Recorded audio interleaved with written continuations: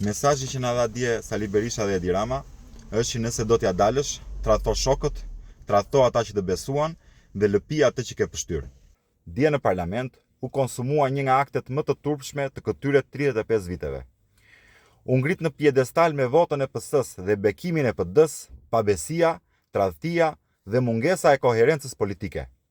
Dje, pasi mori 35 firma nga deputetët e PD-s, edhe pse kjo parti e ka cilësuar Shabën si njeri të Sorosit dhe sponsorizuar nga Edi Rama, Shaba u votua me votat e Ramës dhe Tom Doshit si avokat i popullit. Ky votim erdhi si shpërblim i rolit që ai luajti gjatë verës për të shpërbërë listën e hapur të koalicionit Nisma Shqipëria Bëhet. Si dhe për të dobësuar një lëvizje e cila ishte në ngritje të fuqishme dhe me perspektivë politike. Ky votim vjen dhe si një manovër e Ramës, por dhe e Berishës, për të ngjallur besimin se e reja, pra ne të rinjt në politik, jemi edhe më keq se të vjetrit. Edhe se për një karrige shesim shokët dhe idealet, ashtu siç bëri Shaba.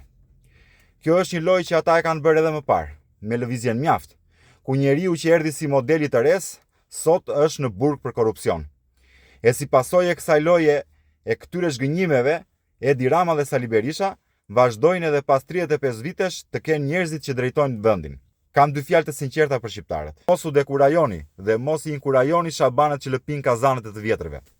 Ne nuk jemi të gjithë njësoj. Ka plot e plot djem dhe vajza idealist dhe punëtor, të cilët shumë shpejt do ta zvendçojnë këtë klasë politike hajdutësh e maskarenjsh, të cilët qysh prej ditës parë kanë promovuar vetëm kulturën e mashtrimit, gënjeshtrës, vjedhjes dhe pabesisë. Sinqerisht, nuk ka dëm më të madh se sa modeli që këta përpiqen të imponojnë edhe fëmijëve, brezit të ri.